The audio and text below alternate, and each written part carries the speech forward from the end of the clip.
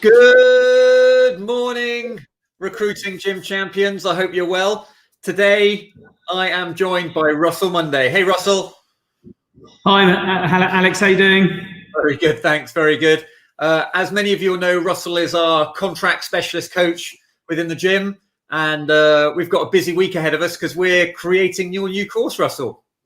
Yeah, no, I'm really excited about it. Really excited. So I think, like I said, I think contract might be or could very much be more prevalent, with people not feeling that confident of committing themselves long term. So I think it's a great opportunity to really, if you're not doing contract, start doing it, or just to give you some extra little skills to, to feel more confident. Indeed. So, and we are talking today about sort of the impact that we think the easing of lockdown will have on the market. You were out and about yesterday, and you said it was pretty busy. Yeah, I went paddleboarding down the Thames for 15 miles in Oxford, down to my little village. And I've never seen so many paddleboards on the Thames, and I've never seen so many people around. So, obviously, socially things have picked up. And I suppose I'm interested to see, how people are going into this week from a commercial point of view, seeing if that may be reciprocated when they're speaking to clients, etc. Yeah, and I think that's probably, whilst we're thinking that and talking that, I think it may be worthwhile, like the recruiters that are on the gym, talking to their clients about that. So sort of like, because often what we're talking about in the gym is what we encourage people to talk about, but just ringing clients. I've got a day on the phone today. I've got a couple of meetings and a couple of webinars, but I'm building out a list. I'm building out a list of sort of people to contact, and I guess it's just sort of trying to find those green shoots. Which businesses are starting to sort of ease up their operations and take tentative steps towards moving back to normal operations. Yeah, definitely. It's definitely a sort of mindset shift as well. Obviously, what's happening in the world, there's only so much we can do. But actually, I think, just through people shifting their mindset slightly, I think that you may find you're getting a better response. But I totally agree with you. Every time things change, I'm always just speaking to my clients and how's that had an effect on you? How you think? Well, what sectors do you think will benefit most from the loosening up of the market? Well, I think I think it's still going to be the same sectors that have been busy anyway, really. But I think that that's a really good question. I don't know. I mean, I'm going to throw that back at you. What do you think? Oh, I don't know. I mean, I think you mentioned coffee shops starting to open their hatches. Yeah. So you think about everything that coffee shops sell, and then somewhere behind the scenes, there's got to be someone making that, right? Yeah, completely. And things like, obviously, from education, they're looking, that's going to be one of the first steps to go back. So education. So obviously, anything that's linked to education is I see picking up for sure. Even sort of talking about football going back, I know they're not going to let loads of people in stadiums, but obviously that's going to be associated with lots of businesses, especially like broadcasting, etc. And so, there'll definitely be where there's certain areas where they're easing, then, there'll definitely be areas picking up. Yeah. And I've heard quite recently of quite a few UK recruiters sort of starting to branch out of the UK. So they're sort of thinking, right, well, if the UK's quiet, maybe there's another country that's busy. What's your experience of starting in other markets? Yeah, I think that's a really good idea. I think it depends what sectors you're in, but certain sectors are very saturated in the UK. So I always think that the sort of mainland Europe is always a good market to look into. Obviously, the US is a great market. We all know about that. So I think you need to look at what markets you cover in terms of sectors. I think you need to look at mainland Europe, and obviously certain parts of mainland Europe, like Scandinavia and the Nordics, I don't think have been hit so hard. So I definitely think you need to look a bit more peripherally. Yeah, and I guess it's making sure you do that in the skill sets that it's hard to find, right? So yeah, completely. Yeah, so it's just transferable. So you've got the skills knowledge. All you need to do is go into different geographical locations. Yeah. So Russell, one of the things that was mentioned to me the other day, I was chatting to a friend over the weekend, and they were complaining that all their boss is doing at the moment is sort of being a bit negative in terms of nothing is ever good enough.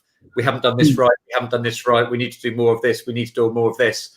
In your experience, when a manager just focuses on the negatives in terms of what we're not doing, how does that help or hinder motivation within the team? Well, look, I think, look, on one aspect, I sort of understand that bosses, because they're always thinking we could be doing something else, and that's probably why they're the boss.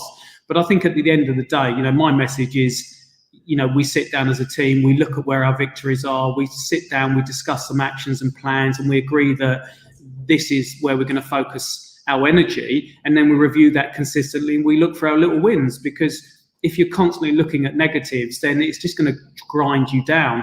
The difference is you just got to set smaller expectations, but you've all got to sit there and as a team agree these are the focus areas and be 100% confident you're all behind that and look for your small wins. And I'm doing that with me. I'm a freelancer, I'm expensive, I'm a bit of a luxury, although I think, why would you stop training people in this market? But I'm constantly looking for my little wins, and that could be engaging with a new client. It could be a small piece of paid work. I'm constantly looking each week. I'm setting myself wins. What I'm not doing is being negative. Yeah, I think I think looking for those little wins is important. And one of the most important roles in today's sort of situation is for the leader to be finding a narrative that gives hope not only to the team internally, but gives a positive message to clients and candidates as well. And I also think this is a brilliant time for you to, go to your people and ask them for creativity, and because you haven't got all the answers.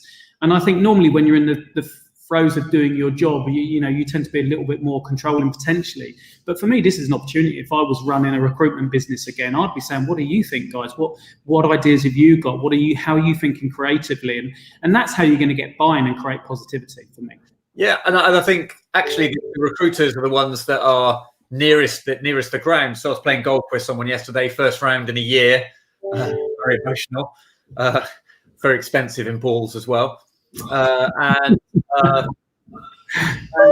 he was talking about a couple of his friends that are looking for jobs, and he's saying they've been having interviews in the last week, and I'm looking for little signs like that. Well, if that's just one person, this guy's a sales guy, so someone somewhere is recruiting a salesperson. Yeah. What we've got to be is really close to the candidates that we know are active in the market, because they will tell us if there's movement happening. And every time we hear of someone interviewing, we can ask ourselves, well, what could we have done to get that interview, to make sure we're part of that? Yeah, no, look, I completely agree. Again, it's mindset. If you want to, if you just, I spoke to some guys the other day, and nothing's going on. And I said, well, go and find and speak to people where there is stuff going on. It's like you've got to go and find it. It's not going to land on your doorstep. It's so easy to find a majority of people saying, I haven't had an interview, but go and find the people that are interviewing. Go and find it. It's not just going to land on your lap. You've got to go and look for it. And that's sort of the attitude I've worked on. I think over the last sort of couple of months, I've sort of surrendered to the fact that there's no business, where I sort of need to earn some money, right? And I've got to start putting it out there. And it doesn't have to be particularly sophisticated BD. It's just like, hi, how you doing? This is what I'm doing. If you need me, let me know. It's not high pressured. It's just if you think your team are ready for a bit of support. Yeah, and I think the first 5-6 weeks, it was all about, for me and all of you guys, probably sort of surviving, looking at the pipeline, trying to maintain your pipeline of jobs as best as you can. But you've got to start looking at how you can move forward.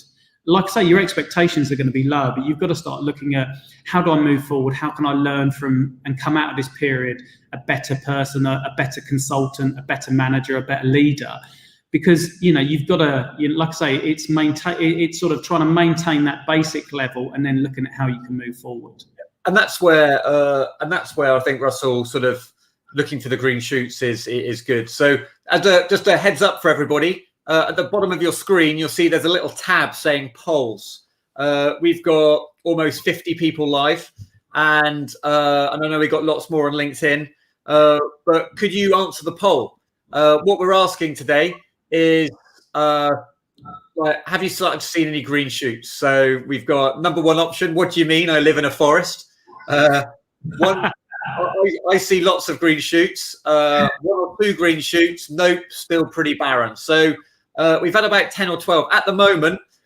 most people are in the stage of like one or two green shoots. So it'd be great to get some more.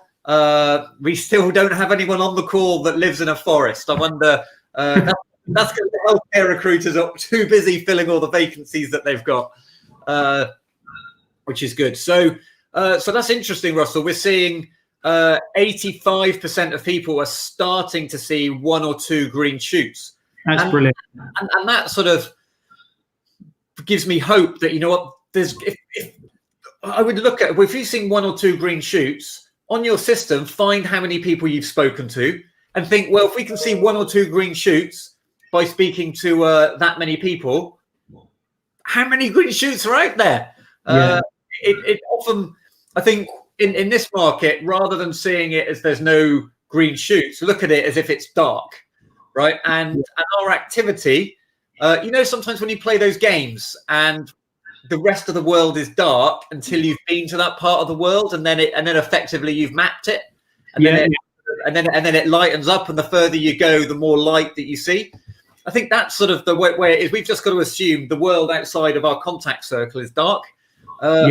We've just got to expand that contact circle in order to give us some hope. Yeah, and like I say, this is, if you really are looking for solutions and being creative and changing and mixing up what you're doing, you're only going to be better for it, and you're going to find those wins from doing that. I'm working completely differently now than I was working 3 months ago because I've had to evolve. It's all about evolving. Yeah, and that's exciting. It's not exciting. It's emotional, but I think we've got to get fit for it, and there is business out there. We've just got to help find the people that want help.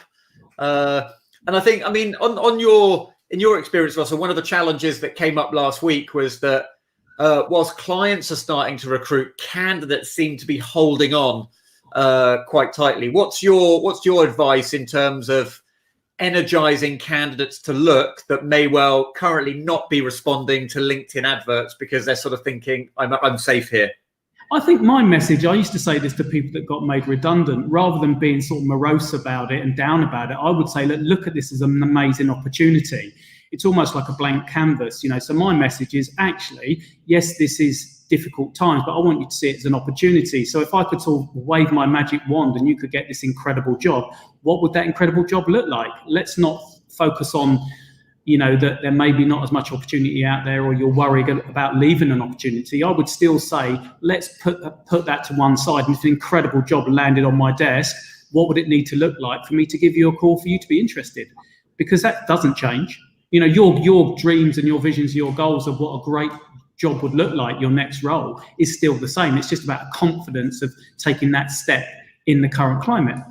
And also, I think that's part of your really positive narrative. And what I like about that is, what do you want your next career move to be? Let's not think about, can I get a job today? Let's think about how we can use this to find the ideal opportunity. There's lots of companies that will have challenges. What challenge excites you? Yeah. So like I say, when people got made redundant, rather than saying, oh, really sorry about it, I'd say, okay, look, that's a real shame, but let's see it as an opportunity. Let's see it as this driving you forward in your next career challenge. And that would be the same message to me to speak to anybody. If I was sending messages out, then I'd be looking at, nothing has changed really. It's about, what are your aspirations and goals and motivators in your next role? And thinking about that is that most people want a challenge in their next job. They want to help a company go from A to B, especially at the senior level. And there's going to be loads of companies that are going through those challenges, right? So I think actually you could say, look, there's going to be loads of companies that have got challenges, rather than saying, oh, you don't want to move to anyone that's got challenges. Think about it. There's loads of companies that are going to have challenges. What challenges are you passionate about helping people solve? What challenges do you want to be exposed to? Tell me. And when I see those, I'll give you a call. I also think that people would have changed their perspectives a little bit. I think a lot of people will be moving roles, because I think some employees probably wouldn't have treated them as they would have expected. I think they may look at other sectors that they find more rewarding, linked to the NHS or education or whatever. So I think that a lot of people, yes, there will be people nervous about moving, but I also think there'll be a lot of people who'll be reflecting on what they're doing and going, actually, I need to change.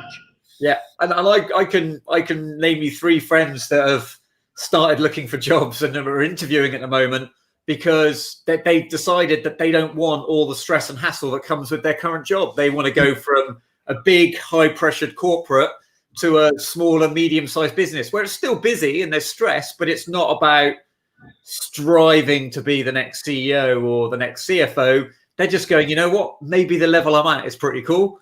So I would say, just very quickly, if you are sending messages out to people, then I would probably use some examples like that, saying, actually, I've got friends that are moving because they've had they've really reflected on where they want to go. You know, we've had people that, you know, have not been treated by the employees as well. So, you know, maybe sort of preempt why someone might look, you know. I like that. So it's sort of like you're using the sort of, do you struggle to get your whites white? Do you feel that like work-life balance is out? Are you reflecting that work-life balance is out of kilter? Exactly. I'm reaching out to you today because this is what my candidates are saying to me. How are you feeling? Have you considered moving on or whatever? Fantastic. Well, we're sort of at the end of the time, Russell, today. It's fantastic. Andy Hallett, just quickly, our closing comment is Andy has said that if there's 60% less jobs and 70% of recruiters are furloughed, it's an opportunity. I totally agree with that. So I know he's your brother from another mother. You're both from the S3 school of thought, but I know both of you are really positive around BD and the ability and the desire to make things happen. And it is a make things happen sort of environment that we're in at the moment. So I will say goodbye to everybody and thank you very much for joining us, Russell. And I look forward to working on your questioning for building a contract desk course coming out in the next few weeks. So see you soon, everybody. Cheers, guys. Stay safe. Bye. Bye.